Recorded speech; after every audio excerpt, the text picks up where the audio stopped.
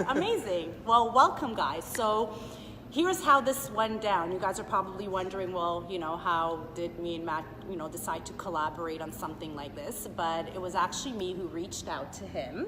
I recently have had a lot of men ask me, do men do Arbonne? And what is this Arbonne thing all about? So I decided, who else am I going to go to than this guy who's a rock star right here? And he's like, yeah, me. And kind of interview him. I want everyone to hear how Arbonne is a business, not only for females, but really it's a business for anybody who wants to work it as a business. So I wanted to start off by asking you to share a little bit about what your story is, because I know that Arbonne isn't the only thing that you do. So what else do you do? Absolutely. So really, when I was a lot younger, my desire in my future was always to kind of be the type of person to not really just work for somebody for the rest of my life. So I've always kind of had that ambition and that drive to create multiple streams of income in my life. So right now, what my life looks like is Arbonne is kind of plan A. So this is kind of the staple in the day-to-day. And it's because of Arbonne that I've been able to do things like leave the corporate world, which I've been in for 10 years as of earlier this year. But also too, it's allowed me to do some other things that I've really wanted to do. And I've got two growing e-commerce businesses, and I'm also into real estate investing as well. So I try to keep busy, but the thing is, it's all on my terms, and that's the key. That's the key for me. Amazing. So when did you hear about Arbonne? So actually, it's been 2018 now. It goes all the way back to 2010 actually. So it's been about 8 years since Arbonne came into my life. And how were you introduced, or who talked to you about Arbonne? So I have an older sister named Natalie, and at the time she was a teacher. And it's funny because I always say I don't know if she was just like really smart or like really naive, because she never actually asked me to do Arbonne. She just approached me because she was thinking of doing it. And it's funny, I ran a business for the first time when I was 20 years old, and she actually used to work for me. So it was great, bossing my older sister around, loved that part. But I was confused because I never thought that I'd hear the words business opportunity come out of her mouth. So she kind of came to me and said, hey, I'm thinking of doing this Arbonne thing. Can you take a look at it just let me know if it's a good idea or not? And so I really looked at it as if I was going to buy a business, if I was going to buy a franchise. I was in franchising for 10 years. And I just kind of did the due diligence as if it was any other business I was going to buy, and I was blown away. And I recommended that she jump into it. Okay. Because at the time I was in the corporate world and working 100 hours a week. I had no space for myself or to take on anything else, let alone. And once she kind of got into it, and I thought, wow, like she's having a ton of success. And as far as I was concerned, I had no idea what she was doing. But it was... I find that quite a bit.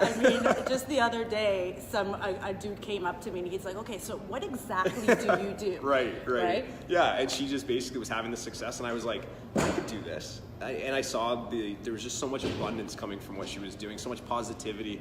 And I thought, this is kind of what I'm looking for in my life. Now, I didn't...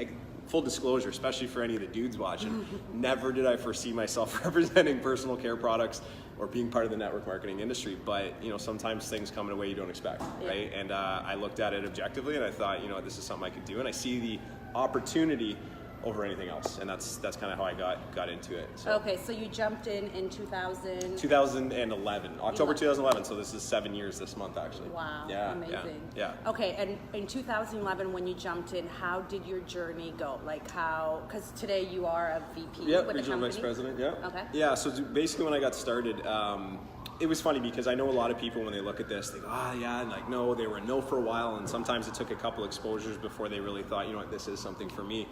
I really, when I did the research, I saw it instantly and I thought, great opportunity. Now, my hesitation wasn't around the opportunity, it was around me, like, could I do this? But once I kind of got through all that, I realized very quickly, I said to my sister, I'm like, I will do this. At one point, it's just, for me, timing was everything. At the point, again, I was basically running the province of Alberta for the company I was with, just really kind of making sure that success was being had in my current role. And I just, once I finally got to the point where I started the business, which was October 2011, it took off very quickly. So I actually left that job and started my Arbonne business, and I grew to area manager in 4 months. So, because I knew it was just about helping other people and adding value to others. And so I built a team really quickly, and we took off. Did you find, for you, what was your biggest objection? Did you find that ego really got in the way, especially in the beginning? Because I find that that's something that a lot of men and females, I mean, I have a pretty big ego, especially, 9 years ago. So is it something that you kind of had to fight with? Absolutely. And I always say, the biggest thing was, my biggest hesitation, I think everyone has hesitations when they consider something like this. But the reality is, I just looked at it again objectively and at the opportunity, and I realized that my biggest obstacle was myself. I thought, what are people going to think about me doing this, what could be perceived as a little lipstick company, which is not that, obviously. So the big thing was I had to get over myself. It was just a matter of, again, pushing the ego aside and realizing that this is a phenomenal opportunity that can add a ton of value to other people's lives. And for that, you can gain a ton of success that's time leveraged and create an asset in your life. That's the way I looked at it. So it was a matter of, there was a couple times of me getting over myself at the beginning, but I'm so thankful that I did. Amazing. So, yeah. And you have a pretty big business with family. Like a lot of family is in your business. I think one of at least one of the biggest businesses that I know that have a lot of family involved. Yeah, and it's been awesome. So how is that working with family? Yeah, so my sister's my sponsor.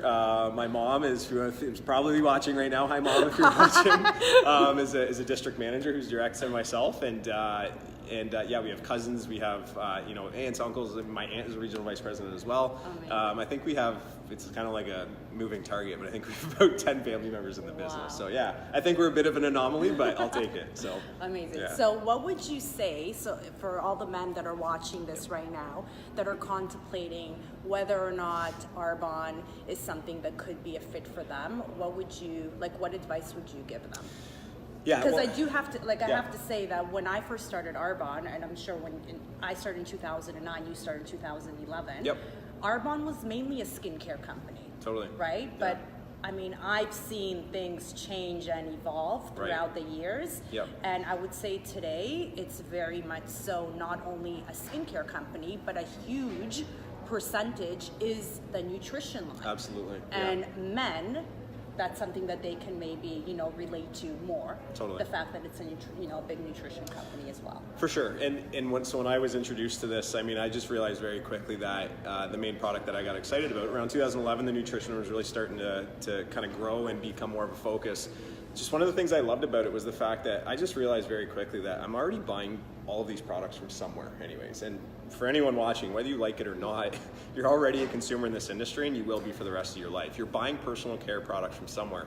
And I realized that, and I thought, if I just redirect my spending into what I got educated about on a healthier, safer option in terms of products, and just redirect that spending into myself financially, for anybody, it just makes sense.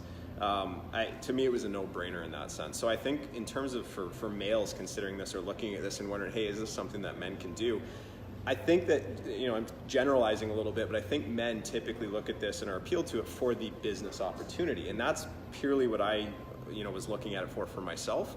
But I do know that in order to have a good business, you need to have a strong product or service. And I realized through the research and due diligence I did that Arbonne's second to none. So the biggest thing is we have an amazing product that can add a ton of value to people's lives. But I also know that more people go to bed at night worried about their bank account than their skincare.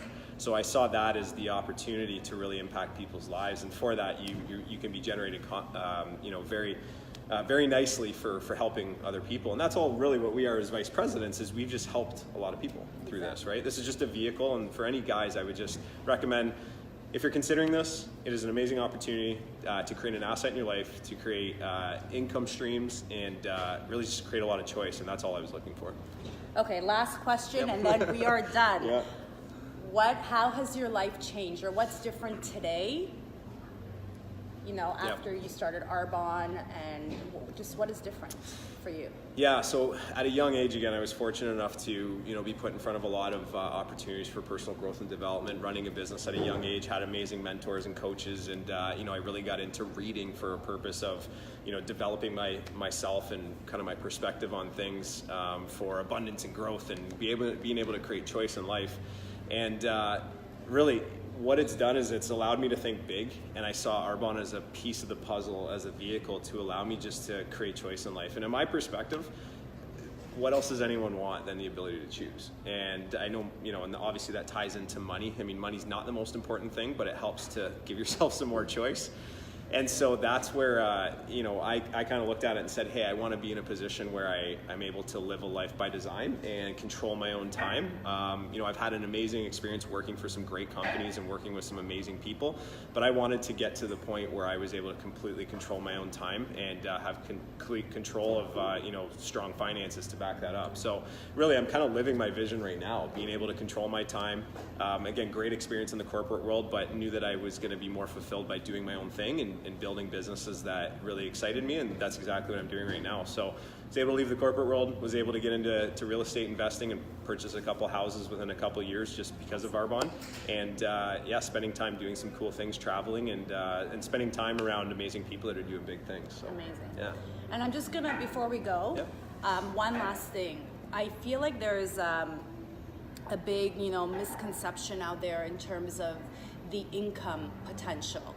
A lot of people think or assume, or maybe they heard from a friend or I don't know, heard from their parents that this is a business that is mainly for stay-at-home moms who are looking to bring in $200, $500 extra per month. So maybe just talk about the average income potential in terms of the compensation plan. Yeah, so absolutely. Yeah, so basically one of the things that I loved about this when I was taking a look at it for myself was, I looked at it again very much from a business perspective and looked at, how does the money work, right? And one of the things that I loved is the only way that money is made, first of all, is when product is sold, which means that there's value being exchanged for money. There's none of that like, hey, if you get started, we're gonna make all the money, and there's none of that. And that's what I love, the integrity of the compensation plan and how this is set up. I love the fact that it was very simple too. There's only 4 levels of management. I've seen other compensation plans where there's like 25 levels, super crazy, and it didn't make sense. But with this, again, first level of management's district manager. So the average across Canada, you're making a couple $100, maybe about $300 or so, but I've seen it range anywhere from 0. So if you're not doing the work, you're not getting paid. This is an effort-based business. But I've seen, district managers make all the way up to about $1,500 a month. And that's part-time effort aside from what your life looks like on a current day-to-day basis. So it's just a matter of weaving it into your business and being deliberate about it. Next level from there is area manager. Average income is about $1,400 a month. Range is anywhere from $800 to about $4,000 a month. I've seen some area managers do. And we're not talking a long time to get there. I think the company average in Canada is about 16, 17 months to get there. I got there in 4. Again, it was just a matter of how quickly. I got there in 9. 9 months, okay. So again, everyone's journey is different. Next levels, yeah, there we go. Yeah, but you beat me to the top. So, but regional vice president's the next level. A lot of people call that the Mercedes-Benz level. So that's why you see a lot of people driving around in white Mercedes. It's kind of just one of the cool perks of being with Arbonne.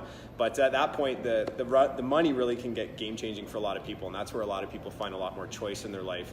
Average monthly income's about, I think, about $6,800 or so across Canada, but it can range anywhere from about $4,000 all the way up to about $14,000 or so as regional vice president, and then national vice president, which is Lital, is at that level, and average monthly income across Canada is about $19,000 a month. So we're not just talking about, hey, a couple bucks here and there. Like, this can be the opportunity for someone to have that. I've heard people say extra shoe money or Lululemon money or whatever you're looking for, or it can be that life-changing money. Yeah, life-changing, as some people say, gangster money, right? Whatever it is that you're looking for. But it comes with work, obviously, and it's just a matter of, saying, hey, I want more in life. I want to step out of my comfort zone and develop and grow into the person that becomes a national vice president, right? So that's a bit of a peek as to the type of money, and I think a lot of people don't realize that is the opportunity, and that's what is in anyone's grasp if they want it. Amazing. Thank you so much. No problem. Guys, if anything intrigued you, if anything inspired you tonight, then definitely get in touch with your independent consultant and they can get you more information. Thanks, Matt. Yeah, no problem. Also. That was fun. Okay, bye guys. See you, everyone.